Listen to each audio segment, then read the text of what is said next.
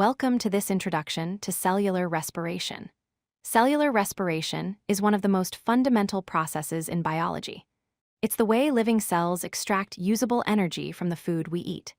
Throughout this video, we'll explore how glucose, a simple sugar, gets broken down to release the energy that powers every activity in your body, from thinking to moving to growing. So what exactly is cellular respiration? Think about the food you eat, like an apple or a piece of bread. These foods contain glucose, which is a type of sugar molecule. But your cells can't directly use glucose as energy. Instead, they need to break it down through a series of chemical reactions. Cellular respiration is this precise process where cells take glucose molecules and break them apart, releasing the energy stored in their chemical bonds. This released energy is then captured and stored in a form the cell can actually use. Let's look at the overall chemical equation for cellular respiration. It starts with one glucose molecule, which has the chemical formula C6H12O6, combined with 6 oxygen molecules. Through cellular respiration, these reactants are transformed into 6 carbon dioxide molecules, 6 water molecules, and most importantly, ATP, which stands for adenosine triphosphate. ATP is the energy currency of the cell. In simple terms, glucose plus oxygen yields carbon dioxide plus water plus energy. Cellular respiration doesn't happen all at once. Instead, it occurs in 3 distinct stages, each taking place in a different location within the cell. The first stage is glycolysis, which happens in the cytoplasm, the gel-like substance that fills the cell. The second stage is the Krebs cycle, also called the citric acid cycle, which occurs in the mitochondrial matrix, the inner space of the mitochondria. The third and final stage is the electron transport chain, which takes place on the inner membrane of the mitochondria. Each stage plays a crucial role in extracting energy from glucose. Let's start with glycolysis, the first stage. During glycolysis, one glucose molecule, which contains 6 carbon atoms, is split into 2 smaller molecules called pyruvate, each containing 3 carbon atoms.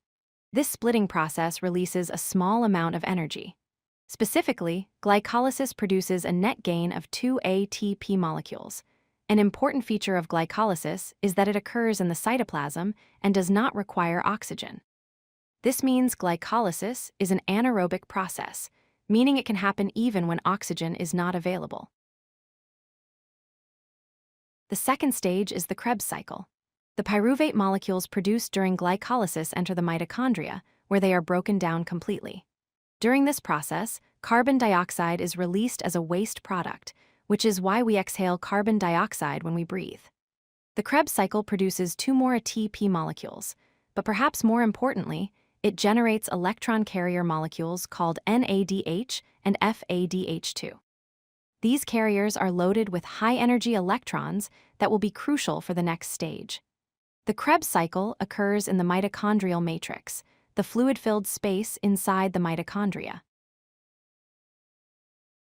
The third and final stage is the electron transport chain, and this is where the majority of ATP is produced.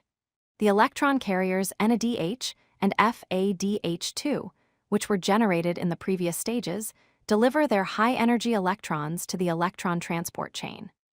These electrons move through a series of protein complexes embedded in the inner mitochondrial membrane. As the electrons move through this chain, their energy is used to pump protons and create a concentration gradient. This gradient drives the production of ATP. The electron transport chain produces approximately 32 to 34 ATP molecules, making it by far the most productive stage of cellular respiration.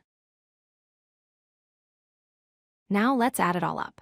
From one glucose molecule, cellular respiration produces a total of approximately 36 to 38 ATP molecules. Glycolysis contributes 2 ATP, the Krebs cycle adds another 2 ATP, and the electron transport chain generates 32 to 34 ATP. This energy stored in ATP molecules powers absolutely everything your cells do. It fuels muscle contractions, allows neurons to fire electrical signals, enables cells to divide and grow, and maintains all the chemical reactions necessary for life. Without cellular respiration, life as we know it would not be possible. Thank you for watching this introduction to cellular respiration. If you like this video, hit that like button and don't forget to subscribe. Visit codelucky.com for more such useful content.